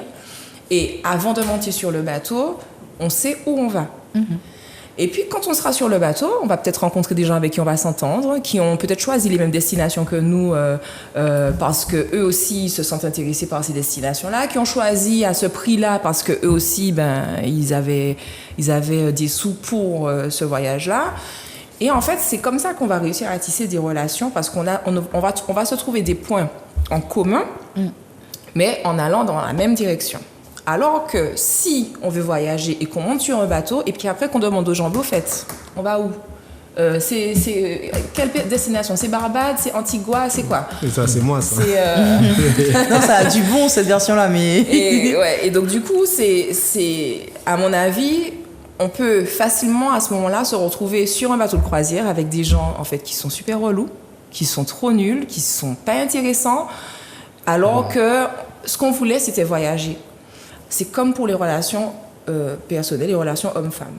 On va entrer dans une relation avec quelqu'un, si on ne sait pas où on va, on ne sait pas où on veut aller, on ne sait pas ce qu'on est prêt à perdre et à gagner, en fait, on n'est pas capable de mener à bien une relation avec quelqu'un. Et ça, c'est valable dans l'amitié, dans l'amour, dans tout. Et c'est vraiment quelque chose que j'invite tout un chacun à faire, peut-être comme introspection. Mais dans l'avant-couple, c'est vraiment, vraiment important de pouvoir vivre cette période-là sereinement, être épanoui seul avant de pouvoir se trouver quelqu'un pour partager la vie. Comment tu peux être un bon parent ou un bon compagnon si toi-même t'es pas déjà bien en C'est phase ça. avec toi, en fait. Pour moi, ça va pas ensemble. Ouais. Mais justement, ça tombe à point nommé. Souvent, beaucoup de personnes disent qu'on ne se met pas en couple pour les bonnes raisons. Alors, qu'est-ce que vous entendez par là? Enfin, moi, je vous laisse d'abord vous exprimer, et vous les inviter, et puis moi, je vais prendre 2 réponses en les autres. Mais est-ce qu'on se met en couple pour les bonnes raisons? Parce que moi, il y a des gens qui se mettent en couple parce qu'ils ne veulent pas être seuls, parce que la copine ou le copain voisin vient en couple et moi, je suis tout seul. Pourquoi je suis tout seul? C'est pas des... Est-ce qu'on est dans du mimétisme? Est-ce qu'on est influencé par ce qu'on voit à la télé? Est-ce que c'est les réseaux? Comment vous percevez les choses? Parce que moi, je me dis, s'il y a autant de ruptures, c'est qu'il y a quand même une base qui n'est pas gérée, ou pas maîtrisée du moins. C'est peut-être ça le problème. Peut-être qu'on choisit une copine juste parce qu'elle est jolie. Par exemple, messieurs, vous allez me dire, est-ce qu'on se fie pas qu'à la beauté extérieure? Est-ce qu'on prend le temps de discuter avec une personne? Est-ce que la personne prend le temps de discuter? Je vais reprendre l'exemple de la dent. Il me manque une dent, et ben ça peut être un critère qui m'empêche de communiquer avec... C'est pas la peine de rire, je vous remercie. D'accord? Manuela, cache ce profil. Merci. Petite dédicace. Mais c'est pour vous dire, j'en rigole, c'est pas grave. Mais ce que je veux dire, c'est qu'un petit critère peut empêcher de je peux peut-être rater la femme de ma vie parce qu'il me manque une dent. Oui, mais... C'est quand même haut, quand même. Mais c'est paradoxal. C'est un exemple, hein. C'est paradoxal parce que tu peux tout aussi bien rencontrer quelqu'un là, avoir un feeling, et puis boum, on se met ensemble et ça marche toute la vie en fait. Parce que t'es tombé sur la bonne personne au bon moment. Et puis aussi discuter avec quelqu'un, apprendre à connaître la personne, se dire pourquoi pas, et puis en fait, ah ouais, mais il y avait des cadavres dans le tiroir. Ceux-là, je les avais pas vus. Donc c'est ça le truc. Est-ce qu'il y a vraiment un guide? Parce que moi, je dis qu'il faut discuter, il faut faire un, comme j'ai dit tout à l'heure, c'était quoi déjà le truc de compatibilité? Mais il y aura toujours des cadavres, il y aura toujours. Et il y a quelque chose que tu as dit tout à l'heure, en fait, c'est ce que tu es prêt à sacrifier et ce que tu es prêt à gagner. C'est toujours ça, en fait. Mais messieurs, Mais après, il faut savoir que quand on parle d'avant-couple, on va toujours mettre en avant les bons côtés. Qu'est-ce qui t'attire chez une femme? Oh, qu'est-ce qui m'attire? Pas mentir là. Ou t'es venu à la radio pendant 2 ans, on collé là, mais. Non, mais sincèrement, d'abord le physique. Si le physique me plaît, je parle, on va discuter. Et si ce qu'elle a dans la tête va avec son physique, on peut continuer. Donc toi, c'est le physique qui t'attire? C'est le premier. D'accord, Jonathan. On va vraiment faire le tour de table. Oui. Vous n'êtes pas obligé de répondre. Il y a le joker. Je me méfie du joker. Non, il n'y a pas de joker, Ben oui, bien sûr qu'il y a le physique, parce qu'il y a aussi le plaisir des yeux. Mais il n'y a pas que le plaisir des yeux, il y a aussi qu'est-ce qu'elle a dans la tête aussi. Hein, parce que bon, elle peut être belle, mais à savoir que on n'arrive pas à discuter. La discussion, c'est quand même primordial. Ouais, mais c'est ce que je disais. Voilà, la fille m'a plu de prime abord, donc je suis allé vers elle. Et puis, après un rendez-vous, je me suis rendu compte que c'est pas la peine. Mais une question. Ok, on a rencontré. Malin. Non, mais c'est pas ça. Non, on rencontre une femme. Elle te plaît, elle t'attire, elle discute. Mais au bout de quelques années, vous avez des enfants. Et après ça, il y a d'autres problèmes qui viennent. Voilà, genre, tu peux constater je sais pas moi, elle aimait bien discuter de certaines choses, mais elle s'arrête à, bien vice-versa aussi pour les hommes, ça s'arrête à, ça n'évolue pas. Et vous arrivez à des enfants. Les discussions sont toujours en surface. Voilà, et ça n'évolue pas au niveau du couple, et vous arrivez à des enfants. Comment ça se passe? Parce que c'est là aussi quand on parle de... J'ai pas compris, tu parles de limite, j'ai pas compris. C'est-à-dire que, je vais me répéter, on rencontre quelqu'un, la personne te plaît, vous discutez bien. Mais toi, tu évolues. Tu continues à lire, la personne n'évolue pas comme toi. Vous avez des enfants? Ok, parce que la semaine dernière, on parlait de la parentalité est-elle malade? Si la parentalité elle est malade, c'est qu'à la base, qu'il y avait un couple, qu'il y avait une famille, que ces gens-là se sont connus, ils se séparent. Quand tu rencontres quelqu'un, c'est par rapport à, comme je te parlais... C'est-à-dire qu'on n'a pas forcément le même... On n'est pas forcément au même... Parce que quand tu rencontres... Même degré de maturité? Tu peux évoluer, mais pourquoi les couples se séparent? Pourquoi on se sépare aussi? Parce que comme je le disais, quand tu vas rencontrer quelqu'un, la personne va te plaire. Vous allez discuter, vous allez évoluer. Mais peut-être que la personne ne va pas évoluer en même temps que toi, aussi vite que toi. Et après ça, il y aura séparation. Parce qu'on ne se bat plus, en fait. Parce que, par exemple, là, tu parles d'évolution. Toi, tu as évolué, l'autre personne n'a pas évolué. Peut-être que cette personne, en elle-même, elle a fait des sacrifices pour te voir évoluer. Tu vois ce que je veux dire? Mais toi, à quel moment tu l'as tiré vers le haut et tu as dit, bon, ok, moi, je redescends pas, mais toi, tu montes maintenant? Moi, je dirais qu'on en revient à la communication du début d'émission. En fait, souvent, lorsqu'il y a des séparations, c'est souvent lié à la communication. On en a parlé tout à l'heure, on a beaucoup discuté dessus. La communication, je pense que c'est vraiment quelque chose de primordial. Donc, quand on évolue, on a le droit. Tout le monde a le droit d'évoluer, tout le monde a le droit de s'épanouir. Si en face de toi, la personne qui partage ta vie, elle ne s'épanouit pas de la même manière, qu'est-ce qui te dérange en réalité? Il y a aussi, par exemple, tu peux rencontrer quelqu'un à un moment de ta vie, je sais pas, moi, tu avais envie de t'amuser, cette personne avait envie de s'amuser aussi, vous sortiez et tout, vous amusez, tu vois. Et après ça, madame tombe enceinte, ça peut arriver aussi, et tu constates que tu n'as plus envie de t'amuser comme avant. Les délires comme tu le faisais avant, ça ne t'intéresse plus. Alors? Comment ça se passe? Mais qu'est-ce qui se passe? Tu as plus envie de t'amuser, ça veut dire que tu veux une relation sérieuse avec la personne? Et puis, vous avez des enfants, mais l'autre composante du couple aime autant s'amuser. Est-ce que tu continues à suivre quelque chose qui ne te plaît pas? Est-ce que tu suis? Est-ce que tu ne suis pas? Alors moi, j'en reviens toujours à la communication. En fait, c'est-à-dire qu'il ne faut pas rester dans les non-dits. Moi, je crois que c'est vraiment important dans tout type de relation. Ça peut être dans des relations amicales, familiales, toutes sortes de relations sociales qu'on a. Il faut savoir se dire, il faut pouvoir, en fait, s'exprimer, donner qui on est. quand on commence des relations comme ça, sans but, moi c'est comme ça que je l'ai... C'est souvent, il y a beaucoup de relations qui commencent comme ça. Alors, aussi, de plus en plus, effectivement, il y a des relations qui se nouent comme ça, sans but, c'est-à-dire qu'on se voit régulièrement, mais tu n'es pas à moi, je ne suis pas à toi. C'est dommage, clairement, sincèrement, c'est dommage. Et ce sont des relations qui peuvent devenir problématiques, puisque comme tu dis, il peut y avoir... je n'appellerai pas ça un accident, mais enfin, il peut y avoir des enfants qui naissent de ce type de relation. Donc, des accidents. Je taquine. On continue. qui peuvent naître en fait de ce type de relation, et à ce moment-là, en fait, les gens ils se retrouvent face à un mur. Et là encore, il faut pouvoir se donner un objectif, il faut pouvoir se donner un objectif de vie. C'est-à-dire qu'on ne peut pas rester non plus toute sa vie à jouer avec le feu. Et puis après, face à une problématique, face à une difficulté, continuer à jouer. Est-ce qu'on reste pour les enfants? Comment? Est-ce qu'on doit rester pour les enfants? Alors là, ça c'est la grande question existentielle du monde humain. Est-ce qu'il faut rester pour les enfants? C'est pas quelque chose que je conseillerais, sincèrement. Enfin, moi, je fais vraiment de la relation parent-enfant. Pour ce qui est de la relation de couple, s'il y a des spécialistes qui sont vraiment calés sur la question, après, sincèrement, ce n'est pas forcément quelque chose que je conseillerais, rester pour des enfants.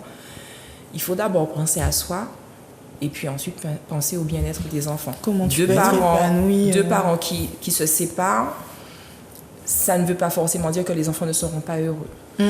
Au contraire, comment tu peux être épanoui et apporter du bonheur à ton enfant? Si vous êtes malheureux, tous les deux malheureux dans la maison parce que vous êtes restés ensemble pour les enfants ils vont se rendre compte que les parents sont malheureux. Ils vont le sentir. Donc soit ils ne seront pas bien parce que vous êtes malheureux, mais soit ils vont rien montrer et puis ils vont reproduire le même schéma, ils vont se retrouver en couple avec quelqu'un et ils seront malheureux toute leur vie.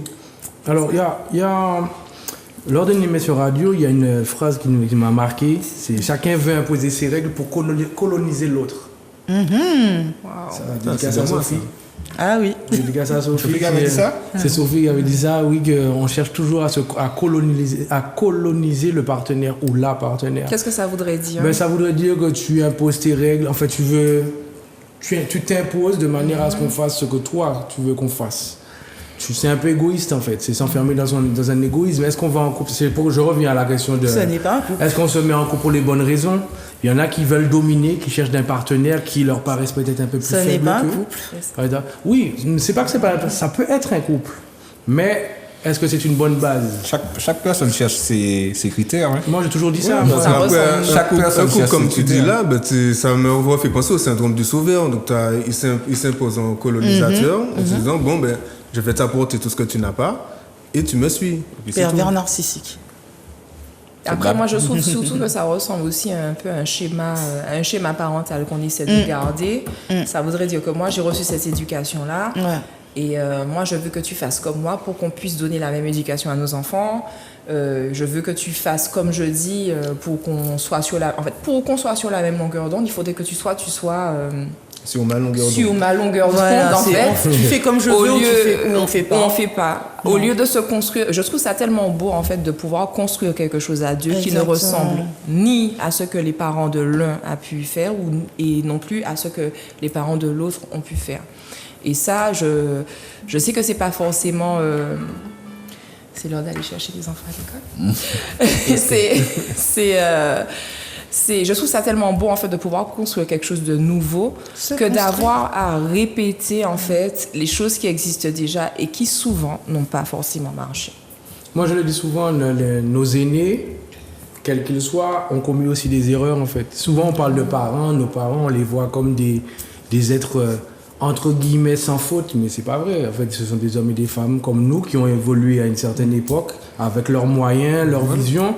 Et nous, on arrive avec on est le fruit de leur éducation. Tout à fait. Ou pas. C'est-à-dire on n'a pas reçu l'éducation par rapport à ça aussi.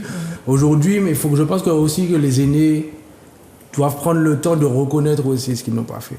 Parce que je me dis que si il y a un effet miroir, nous, en tant qu'enfants, on peut plus facilement peut-être parler. Si on sait que le parent reconnaît que, bon, effectivement, j'étais avec toi, j'ai pas fait ci, j'ai pas fait ça, ça peut libérer des mots, ça peut libérer des traumas et ça peut libérer la communication aussi.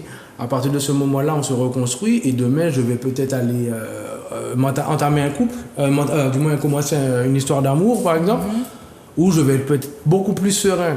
Mais si on avance qu'avec nos mots, des mots qui ne sont pas pensés à chaque fois, ben on se retrouve dans toujours les mêmes cas et finalement on a l'impression qu'on stagne dans une société qui n'avance pas, alors que finalement c'est peut-être nous qui ne faisons pas les vrais efforts. Est-ce qu'on prône l'amour aussi? Est-ce que la société prône l'amour? C'est ça. Non, la société prend de l'argent, on a déjà vu ça. Ouais, prôner l'argent, mais est-ce que, parce qu'on parlait de critères pour les Peut-être amour couples, de l'argent. on parlait de critères pour les couples, mais est-ce que l'amour est primordial? Est-ce qu'on recherche l'amour ou bien est-ce qu'on ne recherche pas un certain schéma? Moi je dirais déjà la définition de l'amour, c'est déjà ça le problème. Ouais. C'est quoi l'amour? Ah, je sais pas, tu vas me répondre. Je sais pas. Je vous en prie. Non, mais en fait, parce que non, mais vous parlez de l'amour, mais l'amour, c'est tu peux aimer tellement de personnes différemment que. Je parle de l'amour du couple. Hein. Mais Non, mais c'est Mais en fait, il y a ta différents définition, langages. justement. tu Déjà. peux même être amoureux d'un homme, Jonathan, toi. Attends, t'es pas bien, toi. Tu vois, et Oui, c'est là où, à part c'est de là mon père, où, hein, mon non, c'est là où, bah voilà, mais c'est là où. Après, ça, moi, je te rejoins, en fait, quand chez les Tu es Grecs. amoureux de ton fils, Oui. voilà. Oui. Tu es amoureux de ton père. Tu Donc es en peux même- amour avec. Ouais. Voilà. Et en fait, l'amour, c'est tellement, je sais pas, quand tu parles d'amour, c'est.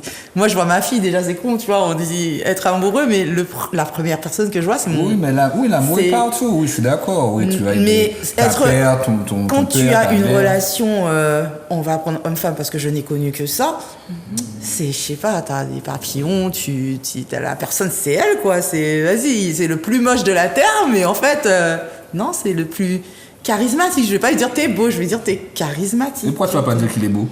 Ça arrive que je dise à la personne, à mon amoureux qu'il est beau. Est-ce qu'on a Mais ce que je trouve vrai, c'est en fait, moi, quand je vais le regarder, c'est pas t'es beau, c'est t'es charismatique, t'en imposes, Tu dégages quelque La chose. question qu'il posait Olivier tout à l'heure, par exemple, qu'est-ce qui attire chez l'autre? Moi, c'est pas le t'es beau, en fait. C'est. Moi, il faut que je regarde un homme, je fais ça, ouais, c'est un bonhomme, quoi. Il faut qu'il soit charismatique. Il faut. Mais justement. Et après, il faut qu'il me parle. Pas qu'il vienne en macho ou autre, hein, mais qu'il me montre qu'il est un bonhomme et qu'il en a dans la tête. ça, parce c'est que le besoin de sécurité, et être ça aussi. en avant dans la tête. Ça, c'est le besoin de sécurité. Mais oui, Ça répond à un besoin, j'en ai- en tout mais cas. j'estime que j'en ai besoin en fait Parce parce que quand tu que. parles de bonhomme, à savoir que Oui. tu veux quelqu'un qui soit à côté de toi, ok, tu vois. Mais en tant que femme, j'ai été maman solo. Ma mère a été maman solo. Je suis chef d'entreprise et d'aussi loin que je me souvienne, j'ai eu des métiers où. Voilà, les différents métiers, je pense que tu en connais quelques-uns, mais j'ai commencé par flic à 20 ans, donc voilà, moi j'estime que même si j'ai pas besoin d'un homme qui gagne plus que moi, j'ai pas besoin d'un homme qui parle plus fort que moi, limite, je suis sûre que mon homme, je vais aller à la bagarre avant lui, mais j'ai besoin qu'il me dise femme, qu'il me fasse, voilà, femme, quand il parle... Et c'est pas un macho en fait, et j'ai pas besoin d'un macho, mais j'ai besoin de quelqu'un qui me recadre.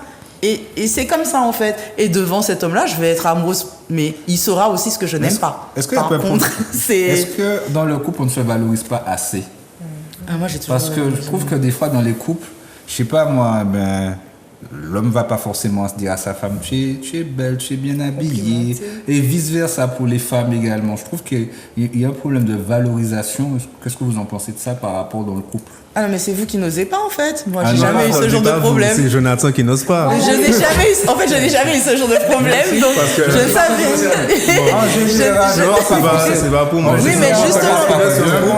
Oui, mais c'est là où il y a un problème entre l'homme et la femme. Pardon. Excuse-moi, une Non, case. oui, moi j'ai fini. Je disais juste que quand je suis en couple, ma compagne elle est valorisée H24. Parce que si je l'ai choisi, c'est pas pour rien. Est-ce que tu as valorisé aussi H24? J'avoue pas dans toutes les relations. Dans certaines, oui. Est-ce mais pas dans que toutes. tu étais frustré de ne Non, pas... non, avocat. Non, mais est-ce que tu étais frustré le fait de ne pas te sentir valorisé? Alors, frustré, non. Toi, c'est sûr que j'aurais aimé que ma Donc, compagne oui. me valorise un petit peu plus. Donc oui. Mais je n'ai pas ressenti de frustration parce que la valorisation, elle venait d'ailleurs. Pourquoi? Donc par rapport à quoi? Donc tu allais voir ailleurs? Non, j'ai pas Le dit. fait que ne te J'allais pas voir valorise ailleurs. le fait que ne te valorise pas, c'est-à-dire? Mais si tu veux, toi, j'avais pas des compliments tous les jours, mais des fois, toi, je m'apprêtais bien pour sortir et tout. Et toi, j'avais pas un petit truc genre, ah, tu es bien habillé, machin. Il n'y avait pas ça. Alors que nous, on l'exige. Mais toi, c'était pas... Moi, je trouvais pas ça grave, toi, c'était pas frustrant. Parce que moi, Mais ça t'a marqué quand même. Bah Tu oui. sais, ça m'a marqué dans le sens où, toi, après la relation, tu te rends compte que moi, je le faisais tous les jours. C'était systématique. Donc, une fois qu'elle est bien habillée, bien maquillée, tout ça. Mais pourquoi C'est bien naturel habillé, chez bien toi, en fait, maquillé voilà. Et ça aussi, je comprends pas, Mais en non, fait. Mais tu parles par rapport à ça. Mais moi, je veux qu'on me dise que je suis belle le matin au Avec le réveil t-shirt de avec nuit. mon haleine de chacal. Oh, tu veux qu'on se montre? Tout est dit. Non. Alors, en vrai, ma grande, au réveil, je peux lui dire qu'elle est belle, mais si elle est une haleine de chacal, je dis que c'est une haleine de chacal. Oui, voilà, mais je suis belle. Oui, mais de toute façon, comme je le disais au départ, Je plaisante, si je je t'embête. l'ai choisi, c'est pas pour rien. Mais Tu as le reste compliment C'est tous une les belle jours. transition. Vous savez pourquoi? Parce que il y a quelqu'un qui disait justement, on apprend sur le tas, on apprend à se connaître sur le tas, mais on pense d'abord à arriver sous les draps. Wow. Je l'attendais celle-là hein, depuis tout à l'heure. Aïe, aïe, aïe. Donc, est-ce que c'est vrai? Effectivement, moi, je prends comme exemple, on pense souvent au sexe. On rentre dans des relations où le sexe devient peut-être l'objectif pour le premier objectif, ou je vais dire le deuxième parce qu'il faut faire connaissance avec la personne.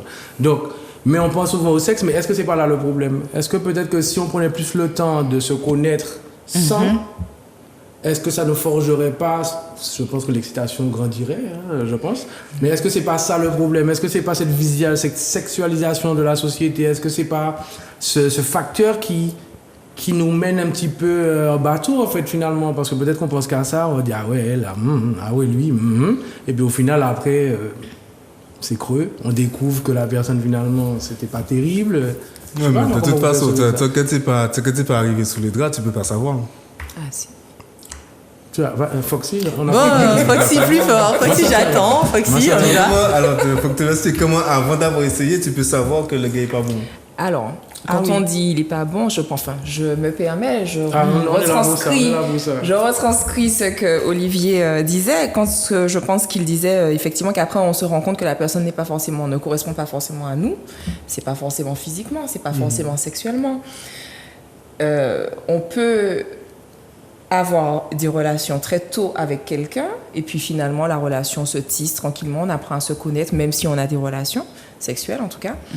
Et mais par contre, ce avec quoi je suis d'accord, c'est qu'effectivement, de nos jours, en ce moment, tout tourne autour de ça. C'est-à-dire que on va... Ouais, c'est vrai que c'est dommage. L'hypersexualisation de la société, c'est quelque chose d'aberrant. Aujourd'hui, on ne peut pas... c'est souvent, en fait, que quand on rentre en contact avec quelqu'un, quand on tisse une relation avec quelqu'un, que ça débouche là-dessus. Sans pour autant que la relation dure. Et c'est un petit peu que je voulais... C'est ce que je voulais un peu dire tout à l'heure, en fait. Hein. C'est cette hypersexualisation qui, parfois, met à mal les relations sereines qu'on pourrait avoir les uns avec les autres. Et être sous les draps, c'est bien. Mais apprendre à se connaître, je confirme. Et apprendre à se connaître, je pense que c'est beaucoup mieux que... Parce qu'après, on peut finir, enfin, je pense, les femmes ont plus ce problème-là, en fait, d'avoir à se dire qu'elles se sont données à je ne sais combien d'hommes pour ensuite se retrouver seules. Mais je trouve que c'est quand même mieux d'apprendre à se connaître avant. En tout cas, si on cherche quelque chose de sérieux, c'est mieux. Après, si on est là pour s'amuser... C'est autre chose. Vaille que vaille. Je suis d'accord, hein, parce que bon, j'ai le regret aussi de m'être donné à trop de femmes. Et puis... Ah, merci. Oh là là, Merci, ça avait l'air très convaincant. Rinka, merci. Non, mais en vrai, ça va dans les deux sens. Je me dis, bon, le sexe pour le sexe, non, mais si ça peut aboutir à quelque chose. Non, mais l'un dans l'autre, de toutes les façons, tu peux avoir une très bonne relation avec une relation où tu as eu un rapport le soir même, le premier soir. Tu peux avoir comme je dis, tu peux tomber sur la personne qu'il fallait à ce moment-là. Comme tu peux avoir discuté pendant 50 ans. Et puis, en fait, c'est ça qui fait que, ah non, finalement, ce ne sera pas lui. C'est con, mais... Vous pensez que c'est important. le sexe qui complique, en fait, qui n'est pas le bon repère, qui n'est pas. Est-ce que j'ai l'impression que dans cette société, le sexe est représente les starting blocks, en fait. Mais le sexe. Alors que c'est peut-être pas ça. C'est mal interprété, le sexe. Le sexe, en fait, on parle de sexe, en fait. Voilà, c'est commercialisé, c'est tout ce que tu veux.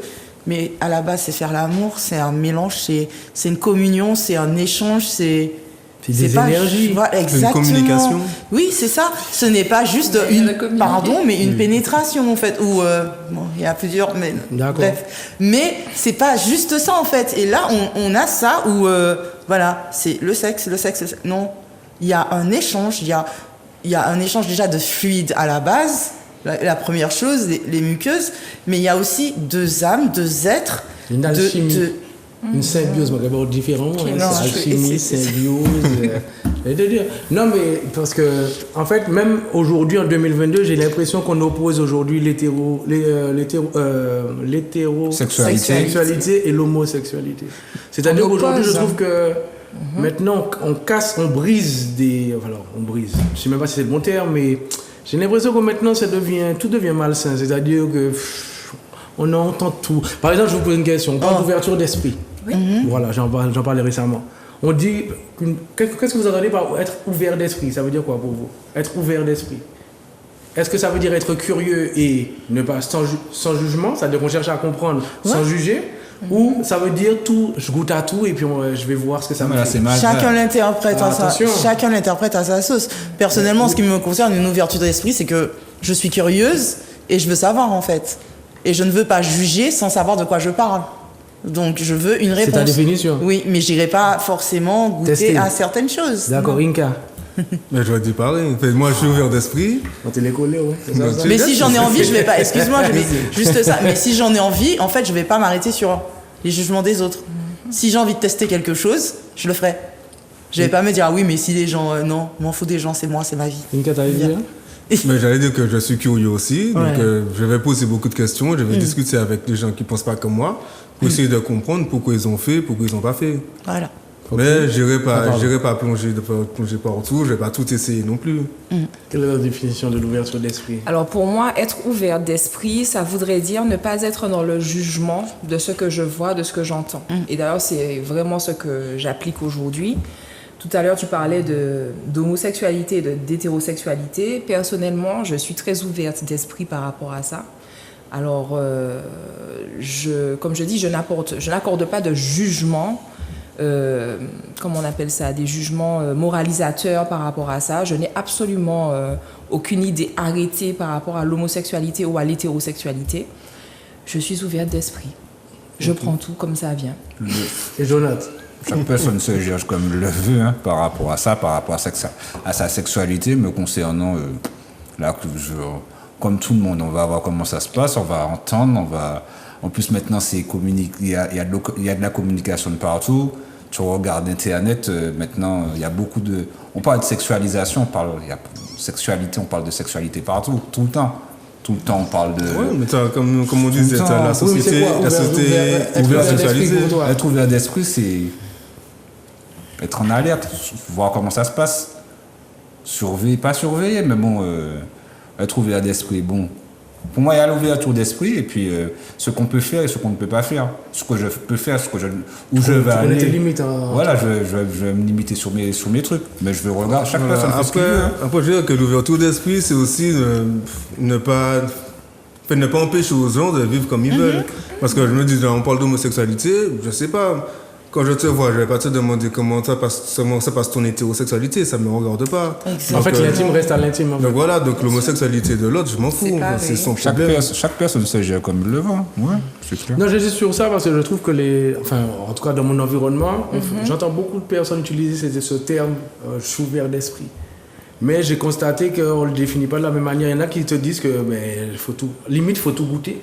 Si tu n'as pas tout goûté, tu ne peux pas être ouvert d'esprit. Ah oui, dans ce sens-là, effectivement. Voilà, c'est pour ça, il y a des gens qui voient comme ça en fait. Mais c'est quoi goûter?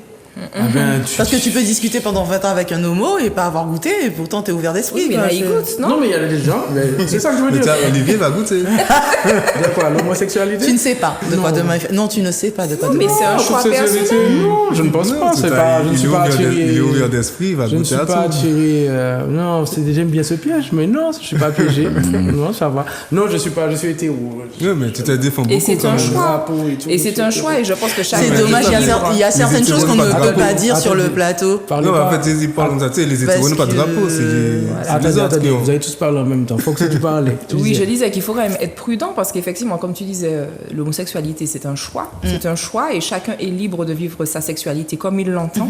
Et aujourd'hui, je pense que ce n'est pas forcément une question un peu bateau qu'on peut poser à n'importe qui. En fait, tu es homo ou tu es hétéro? Tu es quoi exactement? Pour savoir si je suis ouvert d'esprit avec toi ou pas. Donc, je pense que... dans le cadre du privé. C'est exactement ça. Dans le Aujourd'hui, je cadre pense privé. que quand on est arrivé aujourd'hui, on ne s'est pas salué en se demandant comment on avait dormi hier soir ou ce qu'on avait fait hier soir, tu vois. Non, Donc, voilà. à mon avis, c'est pareil pour l'homosexualité. C'est la vie privée, c'est Enfin, je reviens sur ce terme. Mais c'est tout ce qu'il y a de plus naturel pour quelqu'un qui vit sa vie sexuelle de cette manière. Mais par rapport à quoi que... Comme ça, lorsque tu parles, on parle du côté relationnel, par rapport à quoi que tu... la concurrence entre La l'homme. concurrence. En fait, aujourd'hui, si on parle de parentalité, aujourd'hui, ça s'est développé en 2022. Aujourd'hui, tu as des parents qui sont homos. Il y a différents schémas parentaux. Voilà, exactement. Il y a différents schémas parentaux. Mais j'ai l'impression qu'on rentre dans des conflits. Il y en a qui veulent démontrer que c'est l'homosexualité éduque mieux que l'hétérosexualité. Par exemple, je ne suis pas en train de faire l'apologie des deux. Je suis en train de dire que je trouve qu'il y a un exercice malsain qui veut, par certaines personnes, qui veulent faire comprendre que l'un est mieux que l'autre. Sinon, on ne serait pas humain. Par exemple. Sinon, on ne serait pas humain. Il y a toujours, effectivement, j'ai envie de dire que dès que les choses se développent, c'est comme la technologie, dès que ça se développe, il y en a toujours qui utilisent les choses pour pouvoir mettre à mal, en fait, le développement. Aujourd'hui, on a des nouveaux schémas parentaux avec lesquels il faut qu'on puisse vivre. Il y a énormément d'enfants qui sont orphelins, beaucoup d'enfants qui n'ont pas de repères parentaux et qui en ont besoin. Aujourd'hui, on a les familles monoparentales, les familles hétéroparentales, homoparentales, coparentales, lorsque les parents s'entendent mais qu'ils ne vivent pas ensemble. Je crois que c'est important de comprendre qu'aujourd'hui, ce qui prévaut, en fait, c'est l'amour que l'enfant reçoit, la tendresse dont l'enfant a besoin. Répondre aux besoins de l'enfant, c'est ce qui compte. Alors, que ce soit deux hommes, deux femmes, un homme, une femme, une tati, parce que ça peut être la tati qui élève l'enfant, pourtant, c'est pas sa mère. Donc, ou le grand-parent. Enfin, l'important, c'est que l'enfant, on puisse répondre à ses besoins en fonction de son âge, en fonction de ce qu'il ressent dans sa période de vie. Moi je trouve, je vous écoute depuis le début. Hein. Et en fait, moi, j'ai tellement l'impression que c'est pas si compliqué que ça de se comprendre, en fait. Moi, je vous ai écouté, là, j'ai compris tout le monde, en fait. Non, mais c'est pas compliqué, mais il faut avoir la volonté de comprendre l'autre. Comme je disais, il faut écouter pour comprendre, ne pas écouter pour répondre. Surtout ne pas se braquer. C'est ça. Se braquer surtout sans raison. Mais c'est vrai que... Non, je sais pas. Enfin, moi, je trouve que c'est nous qui compliquons toutes les... Moi, la vie... Enfin, je vais dire la vie, c'est simple. Bon, la vie, c'est vivre. Mais je veux dire discuter. Je discute avec beaucoup de personnes dans une semaine. Et je trouve qu'on communique facilement, que ce soit homme-femme, homme-homme, femme-femme. Et pourtant, quand on regarde l'état de la société, j'ai l'impression on fonce dans un mur, en fait. Alors c'est peut-être moi et mon ressenti. Vous avez peut-être pas le même ressenti que moi. Hein. Je sais pas comment vous percevez votre société aujourd'hui. Oui, la société, mais il y a, justement, tu dis que tu discutes avec des gens, qu'on se comprend, on s'écoute. Il y a cette petite minorité grandissante là, qui est en train de dire ça va s'arrêter là. On va arrêter ça maintenant. On va faire ce qu'il faut pour les générations futures. C'est juste ça en fait, parce qu'on se rend compte que si on laisse aller comme ça... Tu penses que là c'est là que la coupe elle est pleine là? Ah oui.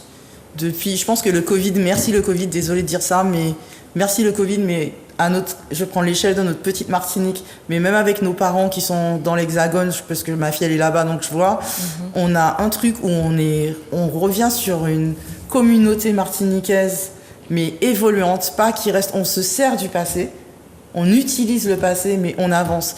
Et il y a plein de choses qu'on veut plus en fait. Et ça grandit, ça grandit, ça grandit.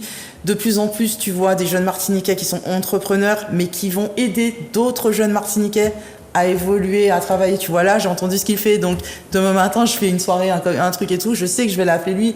Moi, ça fait 2 ans, 3 ans, 4 ans que je dois rentrer dans un truc de femme, mais à chaque fois j'hésite. Tu m'as donné envie aujourd'hui de... Voilà. Franchement, parce que si tu demandes à Olivier, j'y serais déjà depuis un moment. D'accord. Mais c'est ça, c'est... Merci pour ce travail. Là, on est dans cette solidarité, on est dans ce petit escalier où on fait une marche, mais on s'assure. Tu vois, là, nous sommes les bâtisseurs.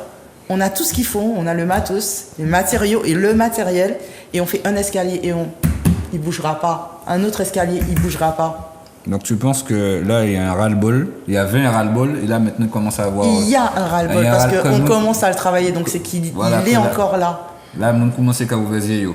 Ah oui. On est de plus en plus conscients. Il y a un essor qui se fait sentir. Les gens, j'ai envie de dire que dans plusieurs domaines, aujourd'hui, on a des groupes qui se forment, qui veulent un petit peu casser les habitudes passées, les habitudes anciennes.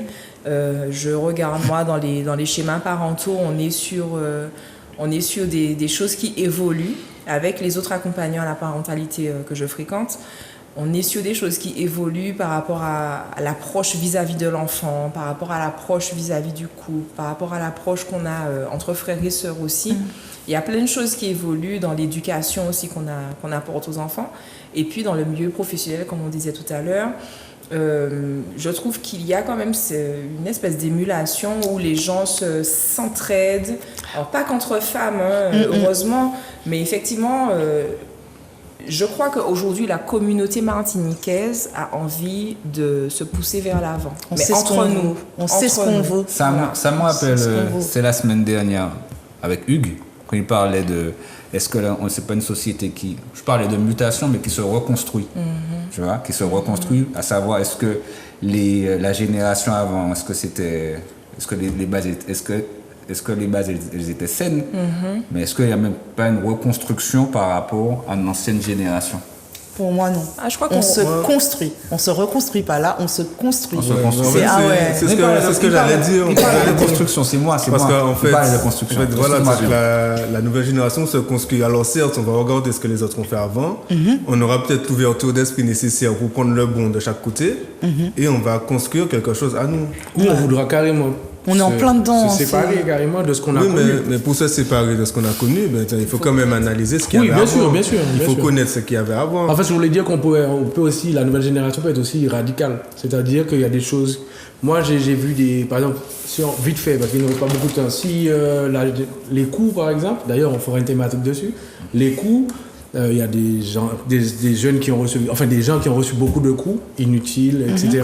Et quand ils reproduisent aujourd'hui, ils refusent catégoriquement de donner des coups. Oui, mais parce qu'ils ont donc analysé. C'est toi, ils se séparent. Non, mais c'est juste qu'ils ont analysé ce qu'ils ont vécu, ce qu'il y avait avant, et ils ont gardé le bon. Ils se sont dit, donner des coups, c'était pas bon, je le prends pas.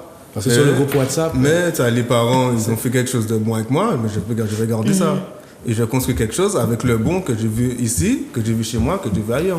Mais je ne sais pas si vous avez remarqué aussi le nom de créateurs, que ce soit créateurs alimentaires ou de créateurs de bijoux, de vêtements. Mais on a une multitude. Il n'y a qu'à voir sur la Foire de Paris cette année, tu avais je ne sais pas combien de personnes, combien de Martiniquais, Guadeloupéens, mais c'était un truc de fou. Et quand tu regardes, malgré ça, il y a des marchés qui tournent en Martinique. Tu n'auras peut-être pas 200 000 Martiniquais dans les marchés, mais ils arrivent quand même à vendre et tout. Et c'est la Martinique est en train de bouger et ça bouge fort. C'est une fierté, quoi. Très bien ce que j'entends. Alors, il nous reste quelques minutes. Alors, vraiment quelques minutes. D'accord. Je vais commencer par Foxy. Déjà? Oui, déjà. Je ne même pas le temps passer. C'est clair. Foxy, alors, prendre une première à la télé.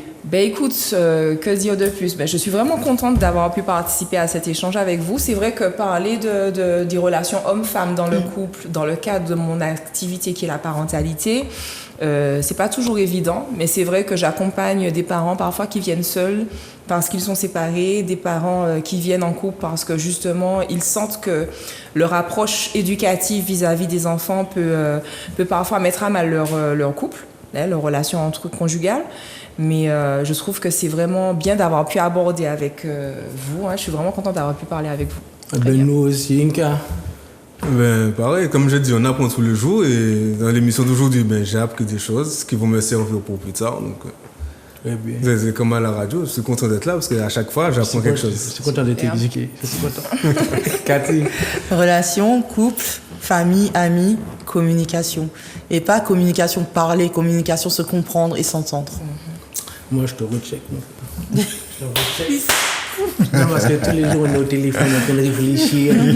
Et je lui dis, on contribue au bien-être, enfin, du moins, on essaie de contribuer au bien-être de notre société. Tout à fait. C'est grâce à vous. C'est grâce à vous. On est un espace d'échange, tout le monde peut s'exprimer, différents profils, professionnels, pas professionnels.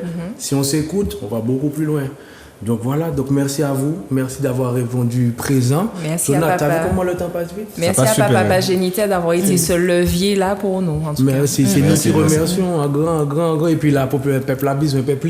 Vous le savez, on est là, nous là pour une réflexion, pour faire une réfléchir à dans ce sens-là. Et puis, encore merci les invités. Merci également aux amis de Facebook qui nous ont regardés. Et puis le rendez-vous en télé. Justement, est-ce que tu veux annoncer la prochaine thématique? La prochaine? Eh bien, ils ont fait une belle transition à travers cette émission. On va parler de la déconstruction familiale. Ah, très bien. Donc, le rendez-vous est pris. Mardi sur Facebook. Mardi sur Facebook et C'est dans la boîte. et lundi en télé.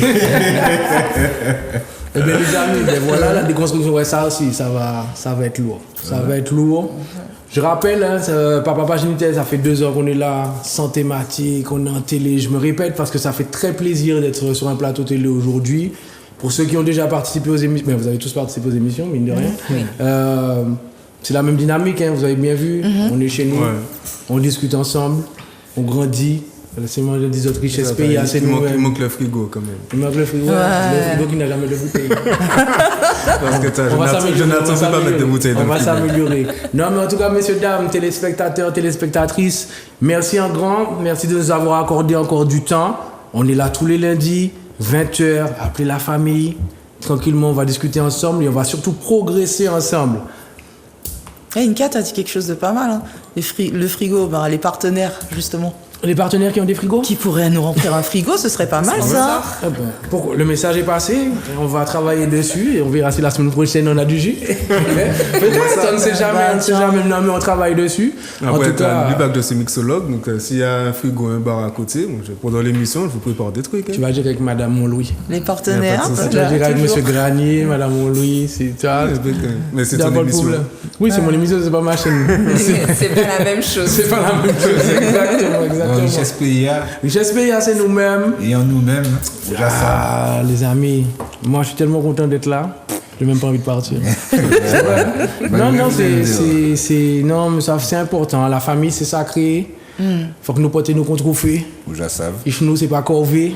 Moi, si je pars dans le rap, les gars, je vais aller très très loin. Vas-y, lâche-toi. Non, mais c'est important chez la société. On a besoin de nous-mêmes. Tu es coach parental, je te dis merci. Tu es papa, mixologue et prof. Oui. Merci. Tu es tanato, tu es maman, tu fais plusieurs choses. Tu m'as appris la livraison à domicile. Merci. Jonathan, chef d'entreprise, animateur, télé, radio, collègue depuis 2 ans. Tu m'as fait confiance, tu t'es fait confiance. On est à Zouk TV. Bravo à vous les gars. Vraiment. Merci. Ouais. Donc franchement, merci à tout le monde. Alors je vais vous faire rire parce que normalement j'ai quelques minutes. Hein. Normalement je pense à chaque fois que c'est terminé. Je constate que ça clignote pas encore. Donc si, là ça y est. Eh bien voilà, ça clignote. Eh bien, on dirait à lundi prochain tout le monde. Merci. Richesse PIA, c'est nous-mêmes. Restez connectés, papa Génité. Bonne soirée tout le monde. Bye. Bonne soirée. Il joue à bisous en papa en tol. Il joue pas bisous en papa en tol. Il joue à bisous en papa non-stop. On wall moins les mots on néglige wall ou les passer pour nous mais l'esprit typolo en tête tout toujours pas repayer tout n'importe station pendant il chou qu'à attendre nous pour partager émotion.